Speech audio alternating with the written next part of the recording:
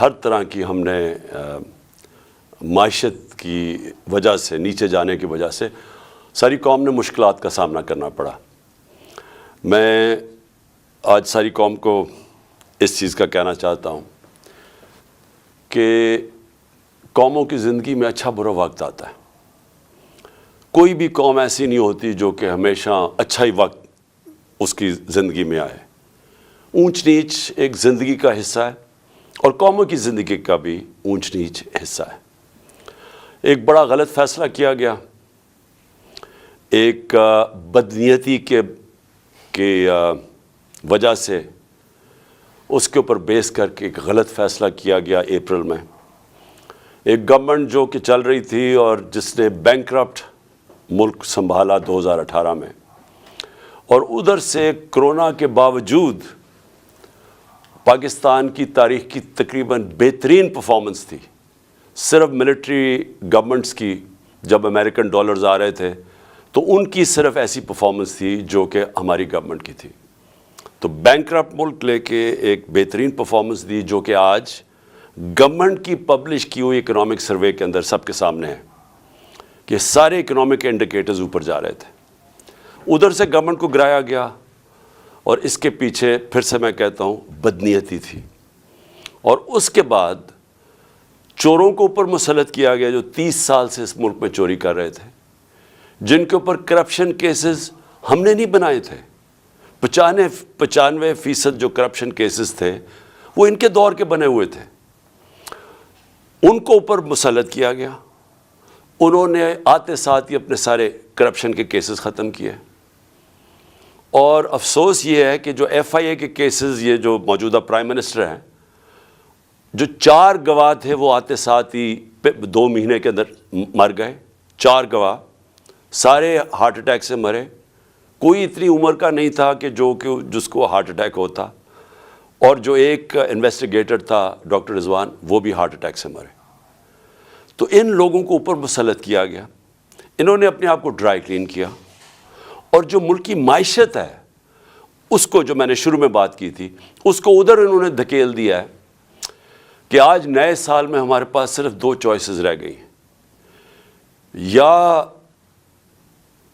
بڑا مشکل فیصلہ ہے آئی ایم ایف کے پاس جانے کے لیے، یا اس سے بھی مشکل فیصلہ ہے آئی ایم ایف کے پاس نہ جانے کے لیے، نہ جائیں۔ اگر ہم آئی ایم ایف کے پاس جاتے ہیں تو ایک اور مہنگائی کی لہر آنے والی ہے، کیونکہ انہوں نے معیشت کا جو ستیہ ناش کیا ہے، یہ کوئی ہمارے ملک کی تاریخ میں ایسا نہیں ہے۔ بلکہ ہم پڑھتے تھے اکنامک ہٹ مین کیا کرتا ہے آ کے، کہ وہ ملک کو مقروض کر دیتا ہے، اور پھر ملک کے جو سارے اثاثے ہیں وہ پھر باہر کی قوتوں کو سستے دام پہ دیے جاتے ہیں۔ یہ ایک بڑی فیمس کتاب ہے اکنامک ہٹ مین کی۔ تو یہ بھی وہی اب سچویشن ہے کہ تقریباً ایسے لگتا ہے سازش کے تحت ان چوروں کو لایا گیا، جنہوں نے آ کے ملک کی معیشت بالکل نیچے گیا، اور خود اربوں روپے، 1100 ارب روپے کے کیسز اپنے معاف کروا لیے۔ تو آج ہم جدھر کھڑے ہیں، میں کیونکہ نیا سال ہے، پہلا دن ہے، میں آپ کو صرف یہ کہنا چاہتا ہوں کہ مشکلات آئیں گی۔ اب تیاری کر لیں میری قوم کہ مہنگائی آنے والی ہے۔ ایک ابھی جو مہنگائی ہے اس سے زیادہ مہنگائی آنے والی ہے، کیونکہ ہمارے پاس کوئی اب دوسرا راستہ نہیں ہے آئی ایم ایف کے پروگرام کے بغیر۔ اگر ہم آئی ایم ایف کا پروگرام میں نہیں جاتے تو ہم ڈیفالٹ کر جائیں گے، جس سے اور زیادہ مزید مشکلات ہوں گی جو کہ ہم اس پروگرام میں جب جائیں گے تو ہمارے پاس آئیں گی۔ لیکن میں آپ کو، اپنی قوم کو، صرف یہ مشکلات جو سامنے کھڑی ہیں، ایک آپ کو پیغام دینا چاہتا ہوں، اور میں ان پاکستانیوں کو بھی جو 7.5 لاکھ پاکستانی ملک چھوڑ کے چلے گئے ہیں ان پچھلے 7 مہینے میں، اور یہ جو ہماری انڈسٹری بند ہو رہی ہے اور ہمارے انڈسٹریلسٹ بھی باہر جا رہے ہیں ملک سے، میں ان سب کو کہنا چاہتا ہوں کہ دیکھیں، جب قوم میں مشکل وقت آتا ہے نا، تو آپ چھوڑ کے باہر نہیں بھاگ جاتے، آپ کھڑے ہو کے مقابلہ کرتے ہیں اس کا، اور پھر مشکلیں حل ہو جاتی ہیں۔ ہمارے سے بہت برے حالات جرمنی اور جاپان کے تھے دوسری جنگ عظیم کے بعد۔ وہاں بھی تقریباً کوئی بلڈنگ ہی نہیں کھڑی تھی، فیکٹریاں تباہ ہو گئی تھیں، شہر سارے تباہ ہو گئے تھے۔ ان کی یہ سمجھیں کہ کوئی سوچ ہی نہیں سکتا تھا کہ ادھر سے کوئی کھڑا ہو سکتا ہے، لیکن وہ دونوں ملک چند سالوں کے اندر اپنے پیر پہ کھڑے ہو گئے۔ اور وہ کیوں کھڑے ہوئے؟ کیونکہ دونوں قومیں تھیں، انہوں نے باحثیت قوم مقابلہ کیا۔ مشکل وقت کا قومیں مقابلہ کرتی ہیں، یہ نہیں ہوتا کہ جب مشکل وقت آتا ہے تو آپ ملک چھوڑ کے باہر بھاگ جائیں۔ تو میں اپنی ساری قوم کو کہنا چاہتا ہوں، ہم نے مل کے اس کا مقابلہ کرنا ہے۔ یہ جو ہمارے اوپر چور مسلط کیے گئے ہیں، ان کا ہم نے مقابلہ کرنا ہے، ہم نے باہر نہیں بھاگ جانا۔ میرے اوپر ہر دوسرے دن کوئی نیا کیس آ جاتا ہے، کبھی ڈسکوالیفائی کریں گے، کبھی اس کو نکال لیں گے، کبھی جیل میں ڈالیں گے، میری لوگوں کے اوپر کیسز ہیں۔ تو کیا ہم ملک چھوڑ کے تو نہیں باہر بھاگے؟ میں تو یہیں کھڑے ہو کے اس کا مقابلہ کروں گا، جان کو خطرہ ہے لیکن میں یہیں مقابلہ کروں گا۔ اور میں آپ سب کو کہنا چاہتا ہوں کہ یہ اللہ نے ہمیں ایک تحفہ دیا ہے پاکستان، اور قائد اعظم نے کہا تھا کہ کوئی طاقت پاکستان کو تباہ نہیں کر سکتی، کیونکہ قائد اعظم نے تب سوچا تھا کہ ہم بحیثیت ایک قوم جو اپنی آزادی کو ایک سمجھتی ہے کہ اللہ کی بہت بڑی نعمت ہے کہ ہمیں انگریزوں سے آزادی ملی، تو ہم بحیثیت قوم مقابلہ کریں گے، لیکن ہم قوم نہیں بن سکے۔ لیکن خوشخبری یہ ہے کہ پہلی دفعہ میں دیکھ رہا ہوں کہ میرا ملک ایک قوم بننے جا رہا ہے، اور اس لیے میں کہتا ہوں کہ ہم ہر مشکل کا مقابلہ کر سکیں گے۔ تو میں نئے سال میں پھر سے آپ کو مبارک دینے کے بعد کہتا ہوں، تیار ہو جائیں، ہم نے اس ملک کو نکالنا ہے اس سے، اور انشاءاللہ ہم نکالیں گے۔ ہم جب ایک کرائسس آتا ہے تو وہ ایک موقع بھی مل جاتا ہے، ایک اپرچونٹی مل جاتی ہے کہ ہم اپنے آپ کو اپنی اصلاحات کریں، اپنے اداروں کو ٹھیک کریں۔ سب سے بڑی بات یہ کہ پاکستان میں قانون کی حکمرانی لے کے آئیں، اس ملک میں انصاف کا نظام قائم کریں۔ اور میں سمجھتا ہوں کہ اگر ہم نے جو اگلے تباہی آ رہی ہے راستے میں، اس سے صرف نکلنے کا ایک کام ہے کہ قوم ساری کھڑی ہو جائے کہ ہم یہاں عدل اور انصاف چاہتے ہیں، ہم طاقتور کو قانون کے نیچے لینا چاہتے ہیں۔ جو اللہ نے قرآن میں کہا ہوا ہے کہ سب سے زیادہ ضرورت ایک ملک کے اندر اللہ کی زمین پہ انصاف قائم کرو۔ نبی صلی اللہ علیہ وسلم نے بھی کہا ہوا ہے کہ بڑی قومیں تباہ ہوئیں جدھر طاقتور کے لیے چوری کرتا تھا تو اس کو نہیں پکڑتے تھے، کمزور کو پکڑتے تھے، وہ تباہ ہو جاتی تھی۔ اور حضرت ابو بکر جب خلیفہ بنے، حضرت عمر جب خلیفہ بنے، دونوں نے پہلی تقریروں میں کہا کہ ہم انصاف قائم کریں گے، ہم طاقتور کو قانون کے نیچے لے کے آئیں گے۔ تو یہ ہم ساری قوم کو فیصلہ کر لینا چاہیے کہ اگر ہم نے اب اس میں سے نکلنا ہے، قانون کی حکمرانی ہوگی، جنگل کا قانون نہیں ہوگا جو آج پاکستان میں ہے کہ طاقتور چوری کرے اور معاف ہو جائے اور بیچارے غریب لوگ جیلوں میں ہوں، اور وہ چوری کر کے باہر پیسہ لے جائیں اور ہمارے پاس کوئی طریقہ ہی نہ ان کو پکڑنے کا۔ تو میں اب جس کے لیے میں نے آج یہ پریس کانفرنس کی ہے، کیونکہ پہلا سال تھا تو میں نے آپ سب کو تیار کرنا تھا ساروں کو، تاکہ میں بھی انشاءاللہ ٹھیک ہو رہا ہوں، تو ہم نے سب نے مل کے اب اس کا مقابلہ کرنا ہے۔ بھاگتے نہیں ہیں، مقابلہ کرتے ہیں۔ لیکن آج میں نے جو میڈیا ٹاک کیا وہ اس لیے کہ ہم نے جب سیلاب آیا پاکستان میں تو ہم نے پیسہ اکٹھا کیا۔ میں شوکت خانم کے لیے 30 سال سے پیسہ اکٹھا کر رہا ہوں، نمل یونیورسٹی کے لیے پچھلے 15 سال سے پیسہ اکٹھا کر رہا ہوں، اس سے بھی زیادہ 17 سال سے، تحریک انصاف کے لیے بھی 17 سال سے پیسہ اکٹھا کر رہا ہوں۔ میں ہمیشہ جو بھی پیسہ اکٹھا کرتا ہوں ساری چیزیں ٹرانسپیرنٹلی، شفافیت سے کرتا ہوں، اور میں ہمیشہ لوگوں کے سامنے سارے اپنے اکاؤنٹس رکھتا ہوں۔ تو جو ہمارا جو یہ کہہ رہے ہیں فورن فنڈنگ ہے، یہ جو الیکشن کمیشن ہے، وہ میں چیلنج کرتا ہوں آج کہ صرف ہماری پارٹی کے سارا فنڈ جتنی ہم نے پیسے اکٹھے کیے ہیں وہ سارا ڈاکیومنٹڈ ہے۔ 40,000 ڈونرز ہم نے ڈاکیومنٹ کیے ہوئے، جب کہ کسی اور پولیٹیکل پارٹی کا یہ نہیں ہے۔ اور اسی طرح جو نمل یونیورسٹی اور شوکت خانم کے کوئی چیک کر سکتا ہے ہمارے اکاؤنٹس، ہم سارا کچھ ٹرانسپیرنٹ ہے۔ تو میں جو ہم نے سیلاب میں پیسہ اکٹھا کیا تھا اس کی آج میں چاہتا ہوں ڈاکٹر ثانیہ آپ کو پریزنٹیشن دے، سیلاب کے جو ہماری جتنا پلیجز آئے تھے ان میں سے کتنا ہم نے خرچ کیا، کتنا آگے کرنا ہے، جتنی ابھی پلیجز آنی ہیں وہ ڈاکٹر ثانیہ آپ کو بتائیں گی۔